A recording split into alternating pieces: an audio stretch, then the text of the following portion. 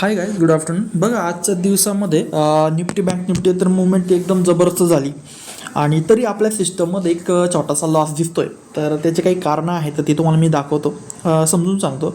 तर बघा, आजच्या डेटला मार्केट जे ओपन झालं तर ते ओपन झालं इथे. ओके, म्हणजे आता बघा, मार्केटवरती आपला बोट काम करणार आहे. बोट म्हणून मार्केट चालणार नाही आहे, बरं ना. म्हणजे मार्केटवरती बोट आपल्याला लावायचा आहे किंवा मार्केटवरती बोट काम करणार आहे, त्याच्यामुळे आपल्याला प्रॉफिट तिकडे जनरेट करायचं आहे. पण एक जनरली मार्केटची एक प्रॉपर मुवमेंट असेल तर तीच कॅच होते आपल्या बोटमध्ये, आणि ती जी स्ट्रॅटर्जी आहे तर ती आपण त्याच्यात सेट केलेली आहे. म्हणजे आजच्या रेटला जर बघितलं तर मार्केटमध्ये इथं कुठेतरी पुट बाय झाला, इथं कुठेतरी कॉल बाय झाला, आणि एकदा याचं एक लिमिट संपलं, स्टॉप लॉस झाला 1000 रुपयाचा स्टॉप लॉस झाल्यानंतर पुढची ट्रेडिंग काही झालंच नाही. आता इवन पुढचं ट्रेडिंग झालं नाही तर पुढच्या ट्रेडिंगमध्ये मी जर बघितलं तर इथून इथपर्यंत मार्केट आलं, इथे थोडंसं अडकलं आणि इथून डायरेक्टली ह्या लेवलपर्यंत गेलं. पण तुम्हाला इथं काही मॅन्युअल ट्रेडिंगसाठी आपण हे जे लेवल्स देत असतो ना मित्रांनो, तर ह्या लेवलचं काम काय असतं की तुम्हाला एक आयडिया यावी.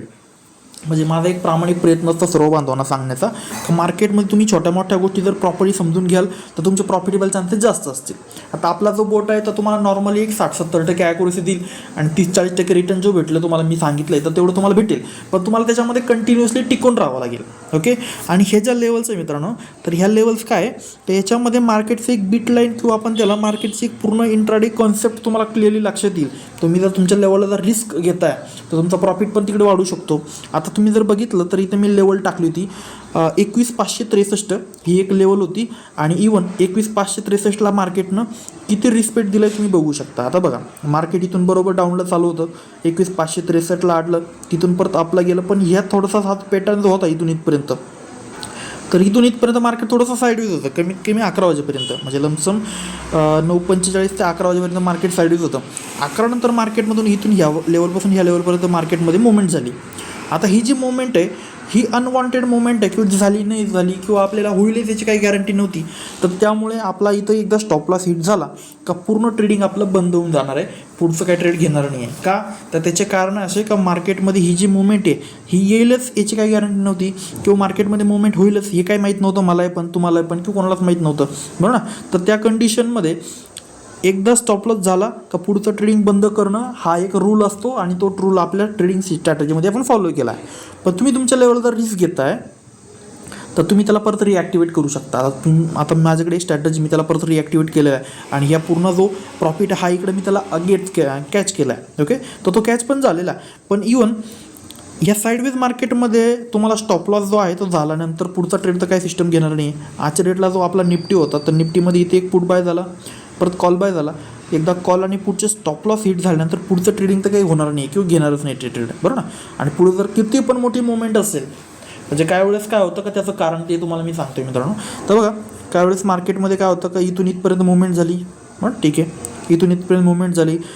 ह्याच्यानंतर पण पूर्ण दिवसभर मार्केट अशाच प्रकारे रेंज बाउंड्रीमध्ये असतं. म्हणजे फक्त मार्केट इथपर्यंत येईल, इथून इथपर्यंत पूर्ण दिवसभर एका रेंज बाउंड्रीमध्ये जर मार्केट जर असेल, तुमचं डीमॅट अकाउंट 1 डेमध्ये 0 होऊ शकतं. ओके, तर ते एक कारण आहे का त्या कारणामुळे आपण त्याला 1,000 रुपयाचा लॉस लावला आहे, आणि 1,000चा स्टॉप लॉस झाल्यानंतर पुढचं ट्रेडिंग काय होणार नाही आहे.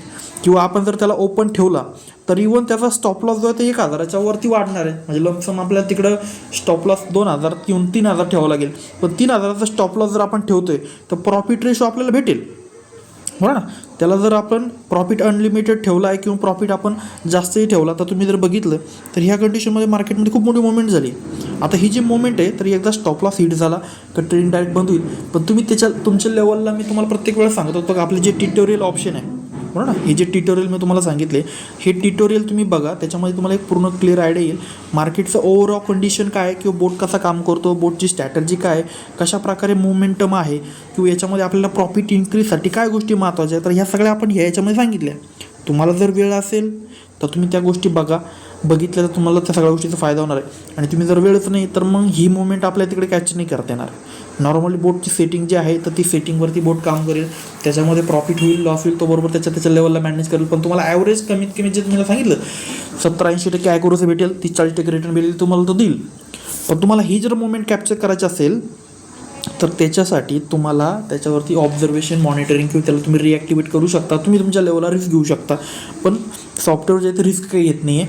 सेफ ट्रेडिंगमध्ये तुम्हाला मार्केटमध्ये स्टेबल ठेवते आणि ॲव्हरेज तुम्हाला इन्कम जे ते करून देईल. ओके, पण तुम्हाला ही जर मुवमेंट कॅप्चर करायची असेल तर ह्यामध्ये तुम्ही तुमच्या लेवलला त्याला परत रिॲक्टिवेट करू शकता. ओके, सो हे जे टेक्निकल टॉपिक आहे तर हे सगळे टेक्निकल टॉपिक तुम्हाला ह्या सेटिंगमध्ये सांगितले, इम्पॉर्टंट सेटिंग. तर ह्या सगळ्या गोष्टी तुम्ही प्रॉपरली जर बघितल्या तर तुमचा प्रॉफिटेबल चान्सेस वाढू शकतो. आणि इवन अजून तुम्हाला काही क्वेश्चन्स असतील, काही क्युरीज असतील तर नक्कीच तुम्ही माझी डिस्कशन करा. नक्कीच याच्यावरती प्रॉपर तुम्हाला सोल्युशन देईल. ही स्ट्रॅटर्जी पण चांगली आहे, पण तुम्हाला 1,000च्या वरती जर तुम्ही रिस्क बेरिंग करू शकता तर तुम्हाला मग तिकडे प्रॉफिटेबल चान्सेस पण वाढू शकतील. पण मग एक प्रॉपर स्ट्रॅटर्जी, टेस्टिंग केलेली स्ट्रॅटर्जी, तर त्याच्यामध्ये काही मॉडिफिकेशन करून काही जास्त बेनिफिट होणार नाही आहे. ही जी मुवमेंट आहे ती आज आली उद्या येईल काही गॅरंटी नाही आहे, बरोबर ना. तर त्यामुळे मार्केटमध्ये फक्त आजच्या दिवसाचा विचार करून चालणार नाही. आपल्याला एक ओव्हरऑल पूर्ण 5 दिवसाचा एक ओव्हरव्ह्यू आपल्याला पकडावा लागेल. ओके, सो बघूयात. वेट अँड वॉचचा टॉपिक आहे. अजून काही क्वेश्चन असेल नक्कीच माझी कॉलवर डिस्कस करा आणि हा व्हिडिओ नक्कीच काळजीपूर्वक बघा, खूप साऱ्या गोष्टी समजतील. ओके, सो आता हा जो स्क्रीनशॉट मी टाकला आहे, खूप साऱ्या बांधवांना एक प्रश्न पडला असेल का सकाळी तर आपला इथं लॉस होता आणि आजच्या डेटला परत इथं दुपारचा प्रॉफिट कसा झाला. तर ही बँक निफ्टीची स्ट्रॅटर्जी आहे. ओके, आणि बँक निफ्टीच्या स्ट्रॅटर्जीमध्ये लमसम 1 वाजेनंतर मुवमेंट होणार आहे. तर हे मी मे बी सांगत असतो किंवा इवन तुम्हाला पण एक जनरली तुम्ही जर या सगळ्या गोष्टी जर प्रॉपरली बघितल्या असतील तर हे तुम्हाला तिकडे लक्षात येईल. ओके, तर हा जो प्रो ट्रेडर थिअरी नावाचा एक थिअरी आहे, हा जर तुम्ही बघितला ना मित्रांनो तर तुम्हाला खूप साऱ्या गोष्टी क्लिअर लक्षात येतील, बरं ना. सो या सगळ्या गोष्टी तुम्ही बघा, समजून घ्या, शिका, त्याच्यावरती काम करा, नक्कीच प्रॉफिटेबल चान्सेस वाढतील. Okay, thank you.